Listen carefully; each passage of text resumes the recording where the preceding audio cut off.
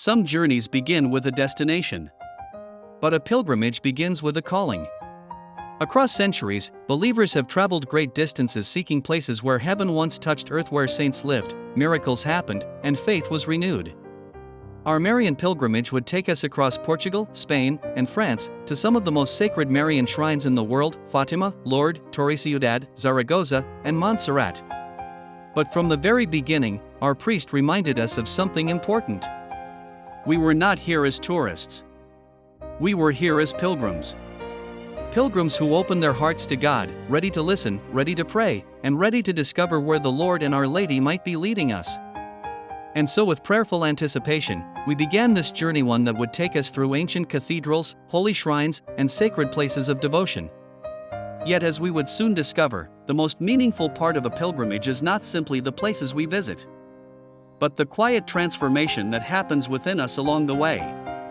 Our Marian pilgrimage began in Lisbon, the capital of Portugal and one of the oldest Christian cities in Europe.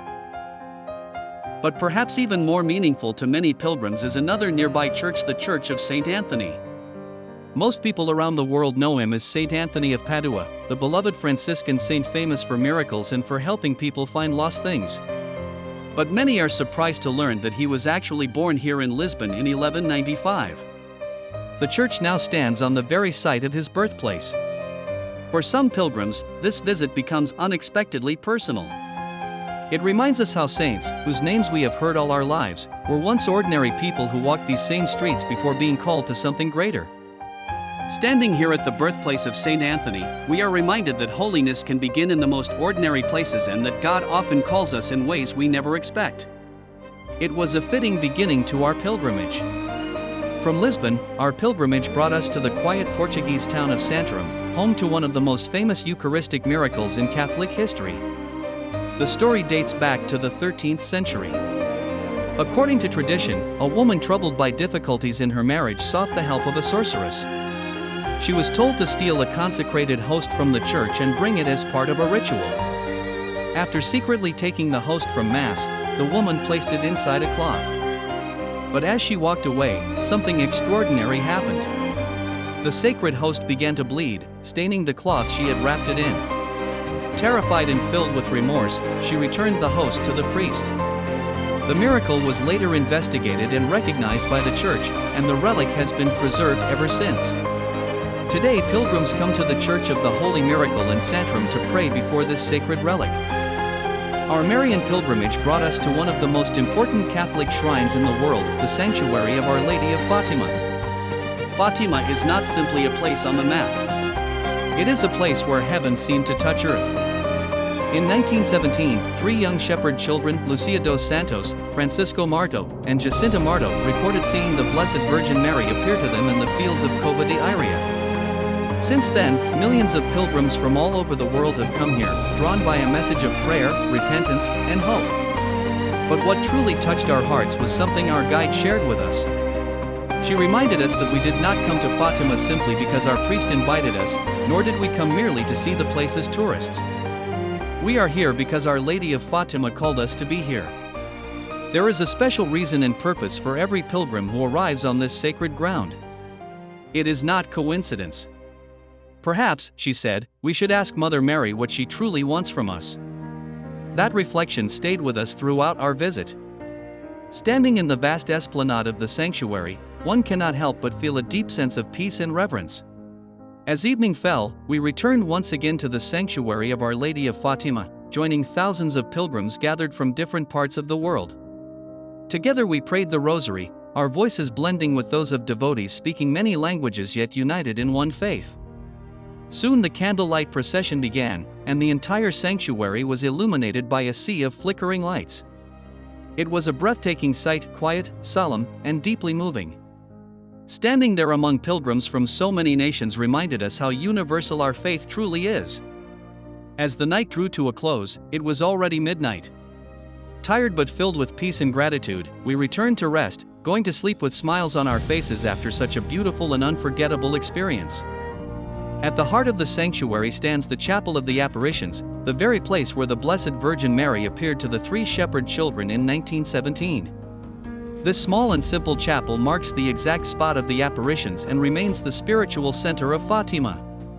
Pilgrims from all over the world gather here to pray, light candles, and offer their intentions to Our Lady. Despite the crowds, there is a profound sense of peace in this sacred place. Standing here, one cannot help but feel a deep connection to the message of Fatima, a call to prayer, repentance, and trust in God's mercy. Our pilgrimage also led us along the Via Sacra of Fatima, the peaceful path through the countryside that retraces the route once walked by the shepherd children. As we moved from station to station, meditating on the Passion of Christ, the quiet surroundings of olive trees and open fields created a powerful atmosphere for reflection and prayer. It is easy to imagine the young shepherds walking these same paths while tending their flocks, unaware that they would soon become part of a message that would echo throughout the world. Finally, we visited Casa de Lucia, the humble home where Lucia grew up in the small village of Aljustrel. The modest stone house has been carefully preserved much as it was during her childhood. Walking through its small rooms, simple kitchen, and quiet courtyard gives pilgrims a glimpse into the ordinary life of a shepherd family in rural Portugal over a century ago. Inside the house, everything speaks of simplicity: the wooden furniture, the clay floors, and the basic tools of daily life. It is striking to realize that from such a humble home came a young girl who would witness one of the most significant Marian apparitions in modern history. Here Lucia lived with her family, helped with household chores, and tended sheep with her cousins Francisco and Jacinta before their lives were forever changed by the apparitions of Our Lady. Standing there, one cannot help but reflect on how God often chooses the simplest people in the most ordinary places to deliver extraordinary messages. The quiet village of Aljustrel reminds pilgrims that holiness often begins in the everyday moments of life. As we left Fatima, we carried with us not only memories of a sacred place, but also a deeper reflection on faith, prayer, and the gentle call of the Blessed Mother. And perhaps the most important question still remains in our hearts, just as our guide suggested. What does Mother Mary want from us? Leaving the sacred grounds of Sanctuary of Our Lady of Fatima, we continued our Marian pilgrimage northward across the Iberian Peninsula toward the historic city of Santiago de Compostela in Spain. At the heart of the city stands the magnificent Santiago de Compostela Cathedral, believed to house the remains of St. James the Great, one of the apostles of Christ. Arriving in the evening, we checked in at a monastery where we would spend the night. The quiet atmosphere of the monastery, surrounded by centuries of prayer and devotion, offered a perfect place to pause, reflect, and give thanks for the blessings of our journey. It was a peaceful ending to a day filled with grace, as we prepared for the next steps of our pilgrimage. After breakfast the following morning, we continued our journey and soon arrived at the historic city of Leon. Here we stopped briefly to admire the magnificent Leon Cathedral, one of Spain's finest Gothic cathedrals. Its soaring structure and remarkable stained glass windows have inspired pilgrims and travelers for centuries. Our journey then brought us to the historic city of Burgos, another important stop along the Camino de Santiago.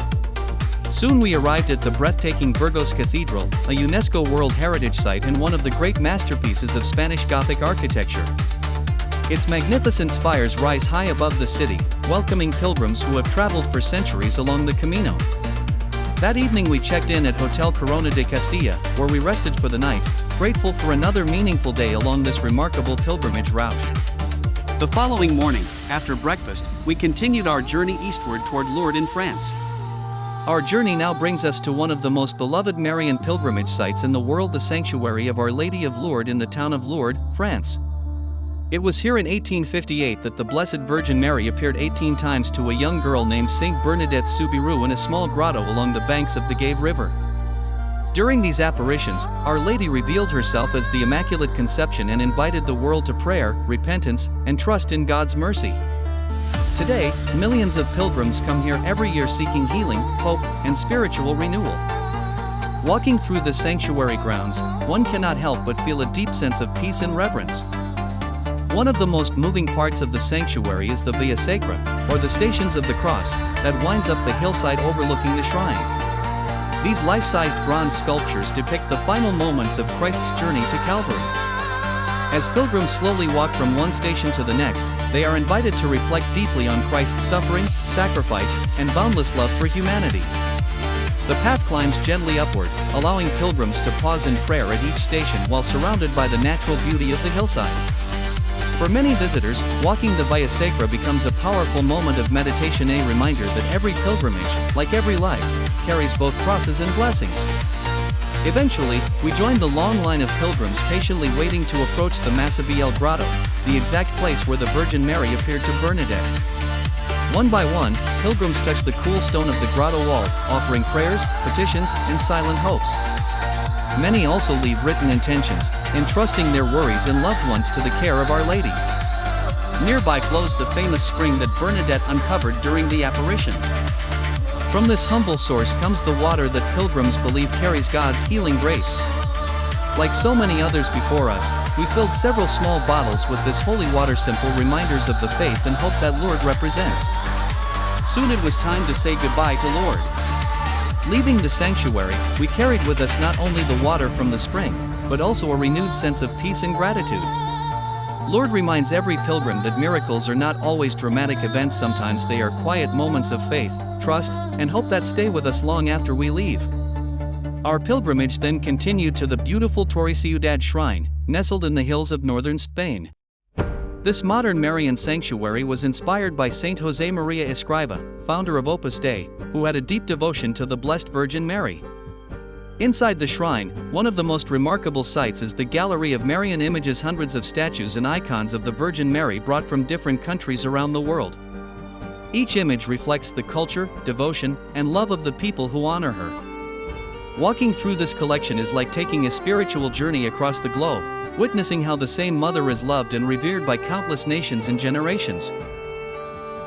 After spending the night at Hotel Tiber, we continued the next morning to the breathtaking mountain sanctuary of Montserrat Monastery near Barcelona. Perched high among dramatic rock formations, Montserrat has been a place of pilgrimage for more than 1,000 years. The monastery is home to the famous statue of Virgin of Montserrat, affectionately known as La Morenita, or the Black Madonna. Pilgrims from all over the world come here to venerate this sacred image, believed to have been discovered in a cave in the mountains centuries ago. The serenity of the mountains, the beauty of the monastery, and the centuries of devotion that fill this place make Montserrat one of the most inspiring spiritual destinations in Spain. Our journey then brought us to one of the most extraordinary churches in the world, Sagrada Familia in Barcelona. Designed by the visionary architect Antoni Gaudí, this basilica is unlike any other. Its towering spires, intricate sculptures, and breathtaking interior are all designed to reflect the beauty of God's creation and the mystery of the Christian faith. Though construction began more than a century ago and continues even today, the church already stands as a powerful testimony of faith expressed through art, architecture, and devotion. As our Marian pilgrimage comes to an end, we reflect on the many sacred places that have touched our hearts, from Sanctuary of Our Lady of Fatima in Portugal, to Sanctuary of Our Lady of Lourdes in France, and the many Marian shrines throughout Spain. Each place carries its own story, yet all point to the same message: faith, prayer, and trust in God. This journey has reminded us that while pilgrimages eventually end, the faith we carry home continues to guide us wherever life may lead.